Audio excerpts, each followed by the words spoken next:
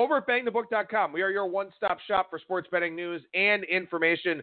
Lots and lots of great content being posted over there already early on in the week. My college football power ratings, opening line reports for college football and the NFL, recaps of how we did in the Westgate Super Contest and the Circa Million, college football situational betting tips. Also, we've got a WNBA playoff preview. The playoffs start tomorrow night in women's basketball. We'll have NASCAR, golf, soccer, tennis, UFC, all kinds of great stuff over there on a daily and weekly basis over at BangTheBook.com. As you know, this and every edition of Bang the Book Radio presented by our friends over at DSI Sportsbook. BTB, the number 200, is that promo code. 100% deposit match bonus for the Sportsbook, 100% deposit match bonus for the live casino at BetDSI. It's only a game until you bet it. Finally, before I bring Brian onto the show, I had a little bit of a monologue on yesterday's program talking about the mental side of this industry. Got some very positive feedback from some listeners via email, some positive feedback via Twitter as well. I really appreciate that. As you know, I've never shied away from talking about some of the mental health problems that I've had in the past, whenever these topics come up here on the program. And I know that it can be a very, very tough industry. So I appreciate those that reached out. And, if anybody ever needs to reach out, Adam at BangTheBook.com via email, the best way to get in contact with me. All right, so with that, we bring the first of two guests onto the program here for today. That is Brian Blessing, the host of Sportsbook Radio and Vegas Hockey Hotline. Brian, how's it going today, man? Hey, Adam, how you doing, buddy? Doing very well, man. Appreciate your time as always here, sir. And, you and I were talking for a couple minutes before the show. Hey, you know what? There's really no break now for the next several months. And in fact, it's 3.5 weeks until the Golden Knights get going? Their rookie showcase wraps up today in California. Then the rookies come home. Training camp end of this week. Preseason game Sunday, short preseason, and the opener is October 2nd. So the hockey season's ready to roll. So I'm jacked about that. Hockey's an awesome sport in terms of opportunities that are on the board, and optimistic about the Sabres. That's one of the true joys I get during the long season is watching them and love the league and see what teams are going to be good. I think there are a lot of teams that did a lot of things in the off season. And by the way, Adam, you still had like 7 or 8 of extremely high end restricted free agents that have not signed. I've never seen a year like this where the league is completely bogged down. And once 1 or 2 of these guys go, then the rest of them probably will go. But there have been no trades. Adam, this is going to be an insane 3 weeks. There are going to be hockey trades all over the place. The teams just don't know what they're doing with the salary cap. This is going to be an insane month. Yeah, some teams expected a little bit more of a salary cap increase. They wind up not getting it. Zach Werenski just signed for Columbus yesterday, I saw. I think it was only a 3-year deal for him. But, yeah, I mean, it's crazy. And, look, I mean, obviously all the attention's on football here, but something to keep in mind for us as we go throughout our segments here this season, and maybe we'll try to work some more NHL in with you here this year, Brian. Everybody watches the NFL. Everybody follows the NFL. It's a tight market, but it's not a bad idea if you've got some downtime to start taking a look at the NHL, because I think that's a market where you can win. Oh, no, pal, listen, I think their soft numbers that pop up on a nightly basis on hockey, specifically on some totals. I don't think enough value's put in when backups go in.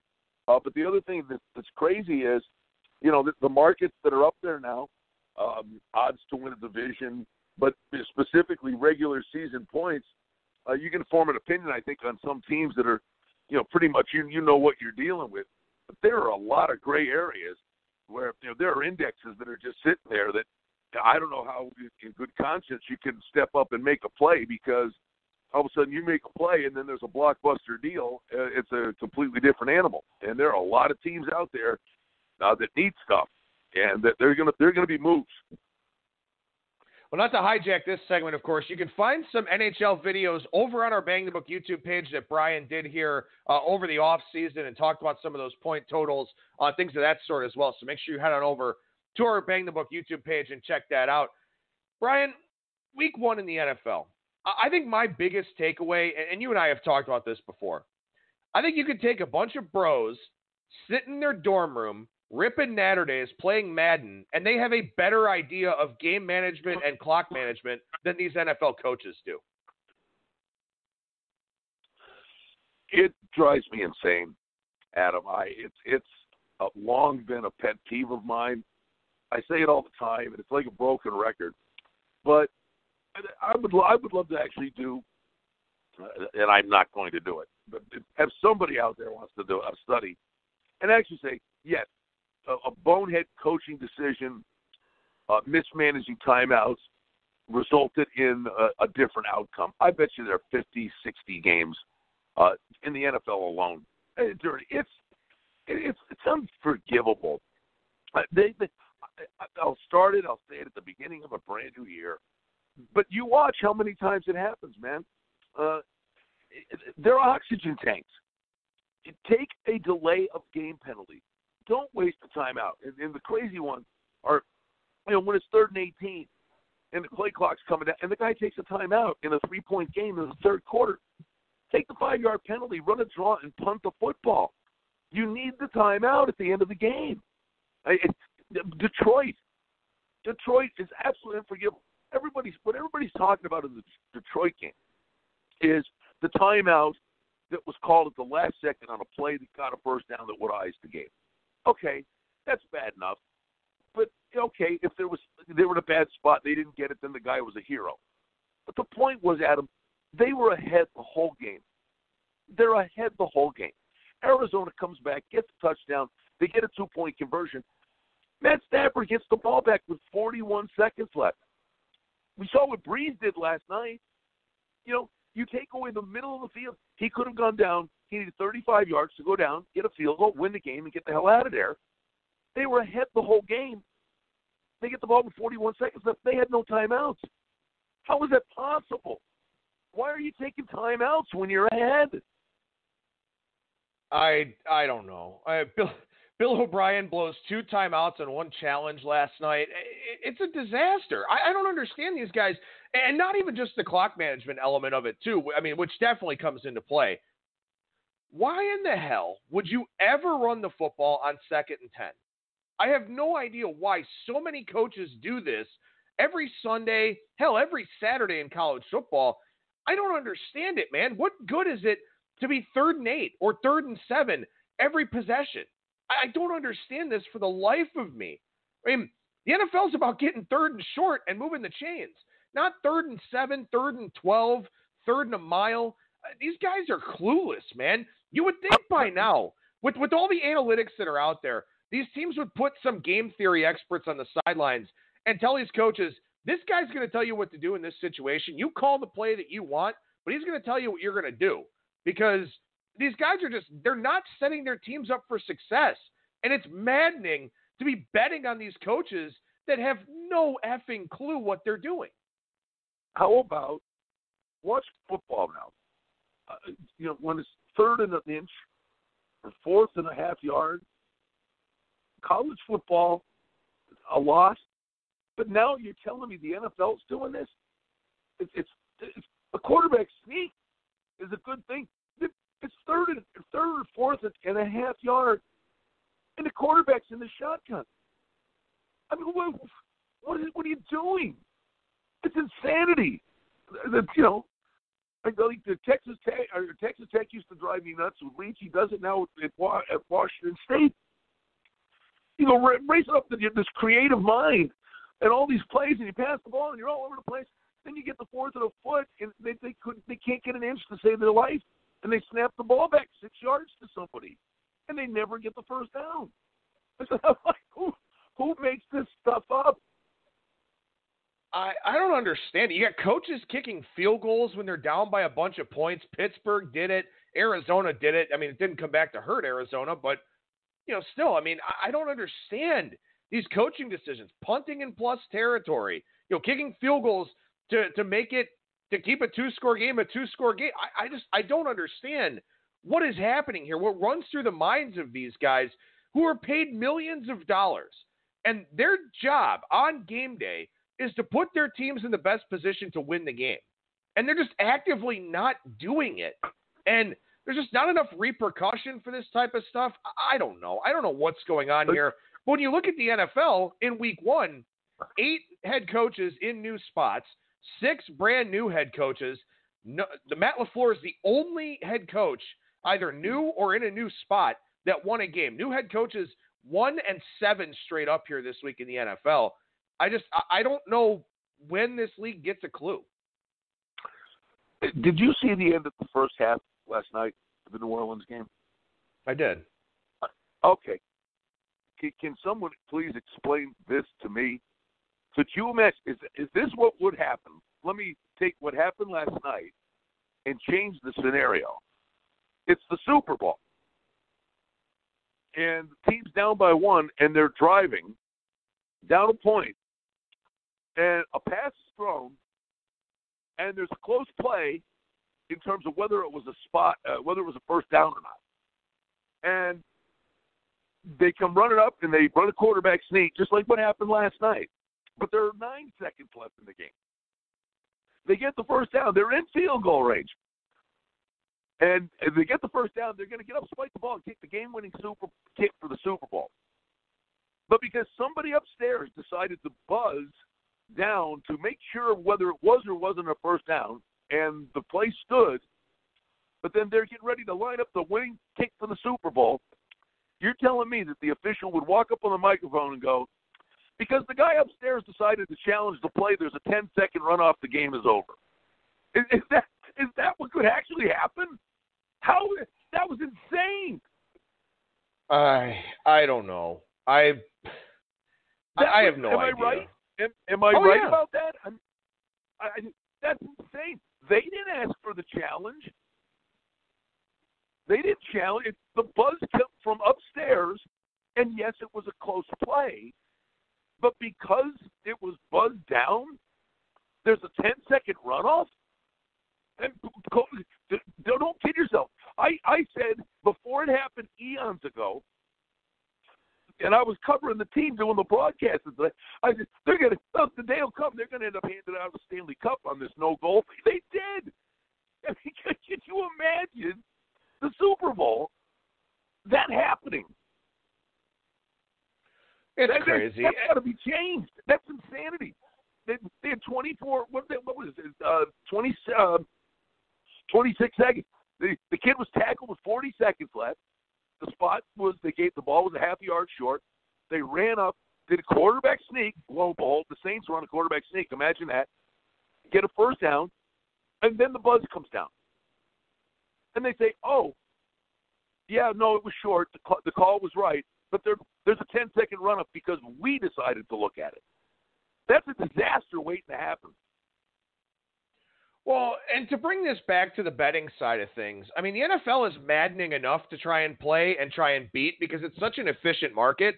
But now you're looking at these coaches who are making, minus EV decisions all over the league. It makes it even harder to win betting the NFL. I mean, it's hard enough, like I said, as it is. But then you get some dunce of a coach who has no idea what he's doing.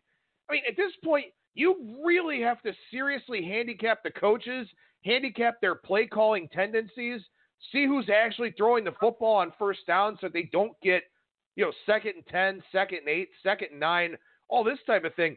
You've really got to pay attention to the play callers here, the people that are making these decisions. Yeah, maybe the players execute, maybe they don't. But I think handicapping the coaches in the NFL is far more important than ever because of all these wrong decisions being made. Oh, hey, listen. I've said forever, Mark Lawrence is a good friend, does the Playbook magazine, and we've been doing, stuff on my radio show with him forever and a day. And I always gave him a lot of credit for this. When his magazine and the stuff, a lot of the stuff he talks about are the coordinators in college football and the change, the pace of play, the style, and what new coach comes in, what kind of staff did he compile. When Sarkisian went to Washington, he spent like $2 million on assistant coaches, and that team was terrific right out of the gate. That stuff matters.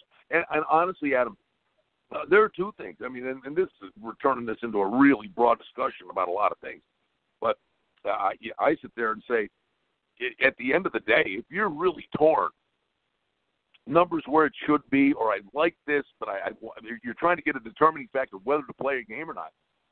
Honestly, it should maybe be the starting point, but to me it would be the one that puts you over the top is the coaching matchups. I believe in this coach, way more than this guy.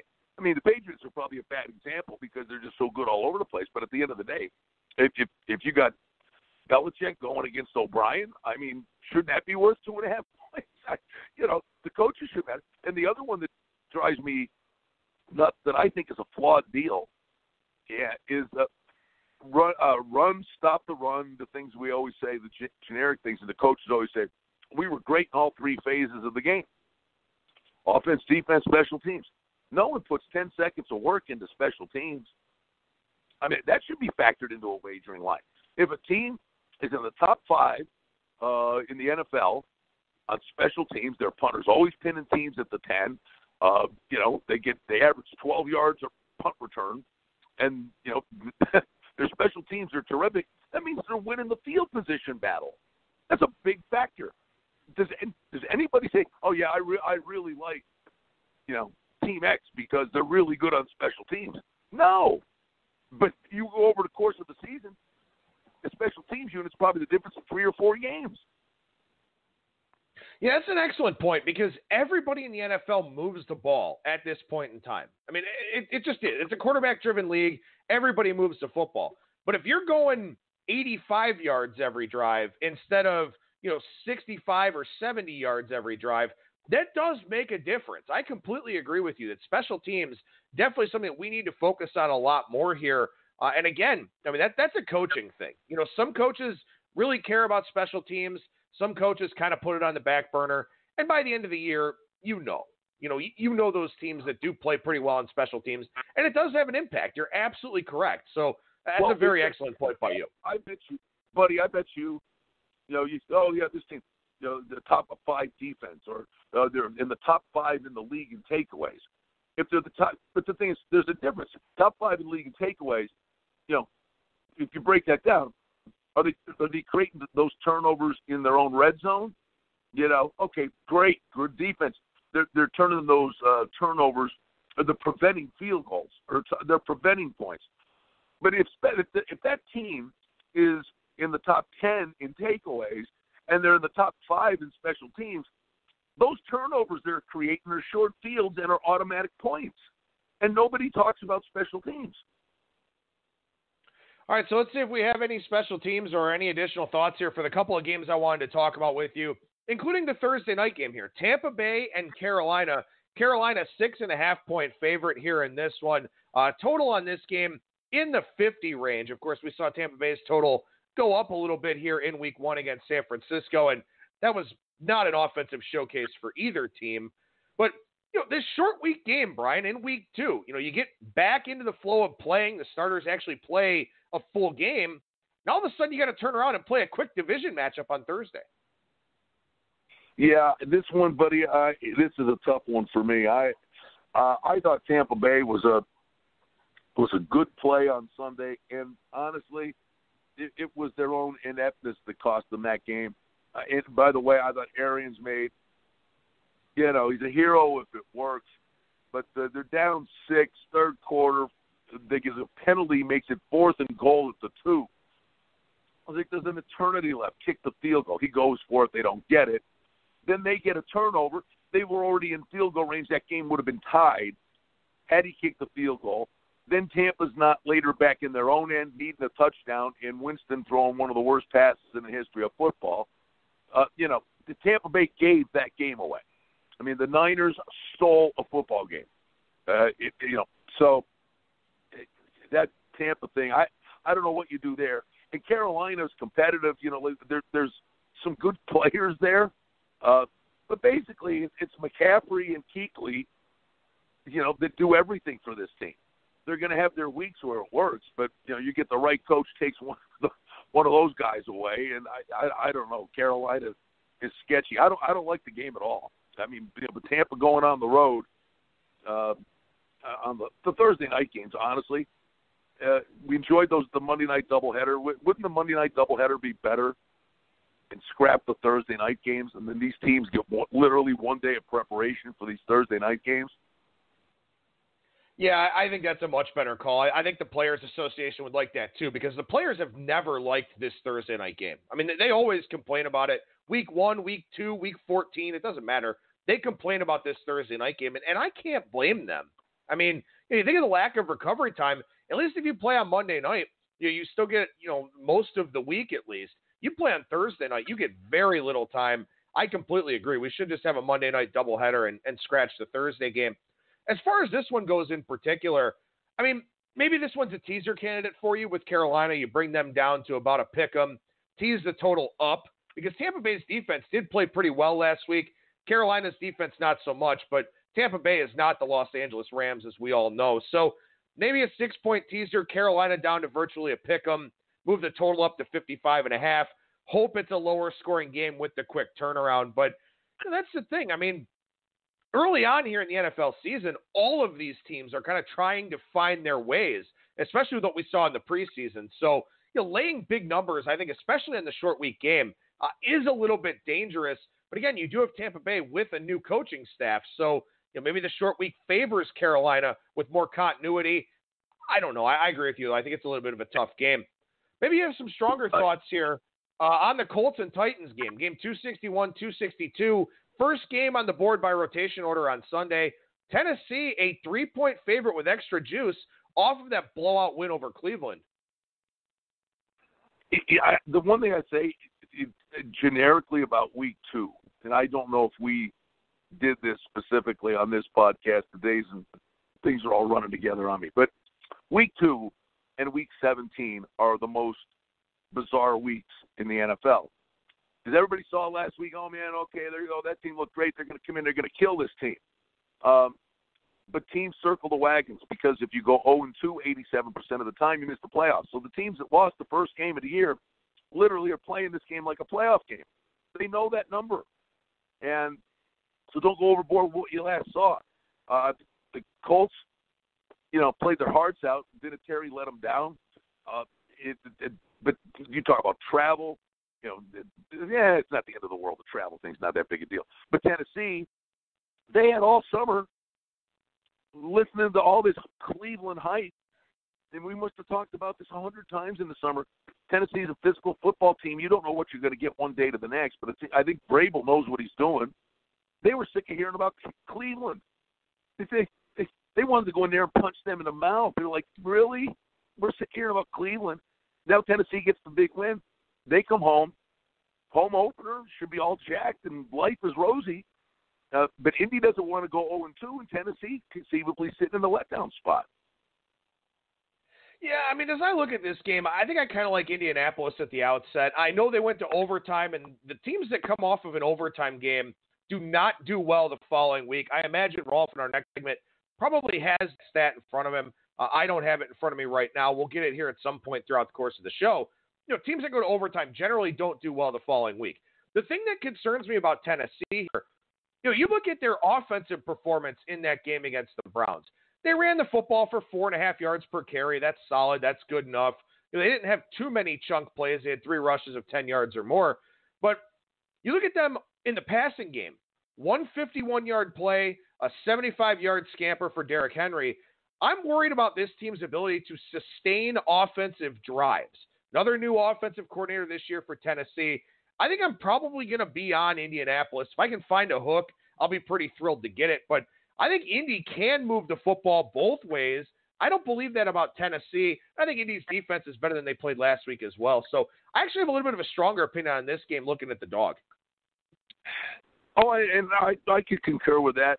Maybe I'd have a slight lean to the under, too, that they move the ball between the 20s and don't punch it in. I mean, don't forget the Tennessee game changed on a dime, on a 2-yard pass, and Derrick Henry runs 75 yards. One play, and the whole thing blew up. I just want to throw one goofy thing out there, and I could be a complete fool for saying this, but don't forget, last year, and we know about Baltimore, and they win in the preseason. Well, the other thing is, last year, Harbaugh the Bills ended up with the second-best defense in the league. Yeah, Peterman was playing and turned the ball over a bunch. If it weren't for the opening game, the Bills had the number one defense in the league, and they came out and had a great game against the Jets again. But Baltimore beat the Bills 47-3 last year, and then went and lost the next week to Cincinnati. So Baltimore did the same thing to Miami, and all we're talking about is how rotten and horrific, and Miami's tanking and this and that. I don't know what it is about Harbaugh. They dial stuff up for that opening game, but I wonder if Miami's not as horrific as we all think, because Baltimore did the same damn thing last year. And it's week one's goofy, week two's goofy. Yeah, that's an excellent point. Of course, you've got Miami in week two. Miami is an 18.5 or 19-point underdog, which is absolutely remarkable, at home no less. And then Arizona going to Baltimore, getting almost 2 touchdowns. Total shot up in that game. But that's kind of an interesting one here, too, where, again, maybe you do have some of that overreaction with those 2 big double-digit dogs. I do want to spend a few minutes here on the golf side of things with you, Brian.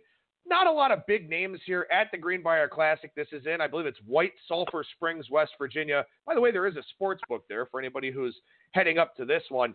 But this is a very, this tournament being in September is kind of weird. Not a long break for the start of the wraparound schedule. Bryson DeChambeau, your favorite, 12-1.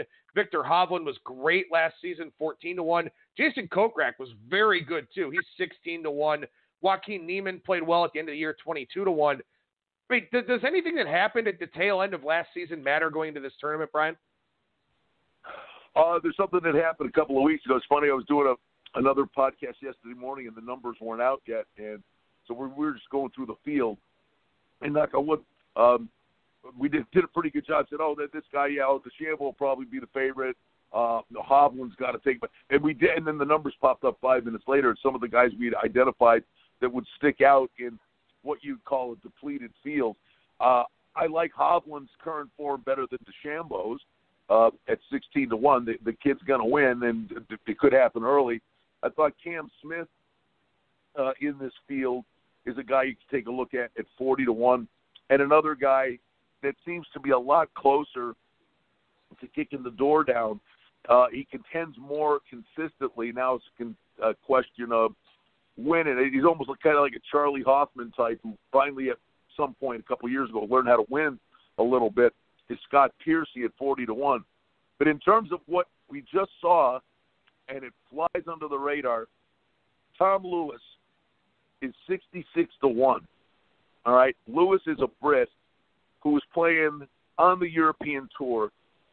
At the last minute, Adam, he made the decision, I'm going to run over and I'm going to go to the Korn Ferry Tour Championship, which is basically, the opportunity for the top 25 guys to get their PGA card. Some of the most insane pressure in that tournament. It was amazing to watch. But that course was set up nasty. There was like 5-inch rough. It was nuts. This guy, Tom Lewis, won that tournament 2 weeks ago by 5 shots. He was hitting at 320 off the tee. He was flag hunting, and the hole was like a manhole cover to him. And then at the end of it, they were saying, well, he's got to make a decision now. Does he go back to the European Tour and play this fall swing, or might he just stick here right now and ride the wave on the wraparound tour? So the question was, where's the guy going to go? He stayed. He's playing in this thing.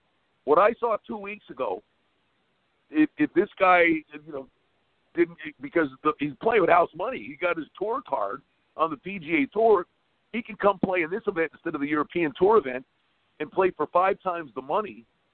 And he's walking in here, and there ain't a soul on the planet who knows who this guy is. He should be 20-1. If he plays the way he played on that Korn Ferry Tour Championship, because he won in a walk when guys were life and death trying to make the tour. Tom Lewis, no one's ever heard of him. He's an Englishman. He just got his PGA Tour card. He's my top pick. There you go. Definitely a good one to look at here for this tournament, which, we do have some course form data, but, maybe the course plays a little bit different in September. I don't know. It's cooled off a little bit in this area. This course is kind of up in the mountains a little bit. So I'm sure this course will be soft. I'm sure it'll be a little bit more lush than we've seen a lot of these courses be. So, maybe the rough is a little bit thicker. The greens could be, a little bit thicker, maybe a little bit slower. This thing, Kevin Na won the last one 2 years ago. We know he gets hot with the putter. So is that kind of part of your handicap too? Are you looking at a putting contest here? I told you that. I think I've told that story before. The week before the Greenbrier was last year. He's the defending champ, right? Yeah, it was last year. It wasn't during the previous season, but yeah, it was last year. Well, it was earlier in the year, if memory serves, because this was one that was moved later to the year because of the schedule. Real quick, I told the story. I went and played this place, Southern Highlands, here in Vegas last year. It's a fancy place. You got to have a caddy, and boy. I'm in there raking my own shots, and the caddy's like, "What are you doing?" I felt guilty. The guy's like, "No, it's my job." I'm like, "Okay, whatever." But before we go to play, we go to check in. The guy that set up the round of golf, we're talking to the guy at the counter, talking to the pro, and he goes, "Oh yeah, Kevin Na was here last week. He was on the practice range. He practices at Southern Highlands." He said, "Yeah, he changed drivers. He gave him, I think, a Titleist driver, and he said he was hitting the hell out of it off the tee." And he said, I think it was Top Flight. He called and got out of his contract. He's playing Top Flight equipment. He says, he's killing this driver. He scrapped his whole sponsorship deal because he was hitting that driver so good. This is the week before the thing. Right? Kevin Na goes, he's running away and winning this thing, and I'm sitting there with tears in my eyes. That I get 80-1, he's winning this tournament, and I'm looking at him. No ads, no sponsors on his shirt. He's wearing a hat, SOHI. So high. What the hell is that?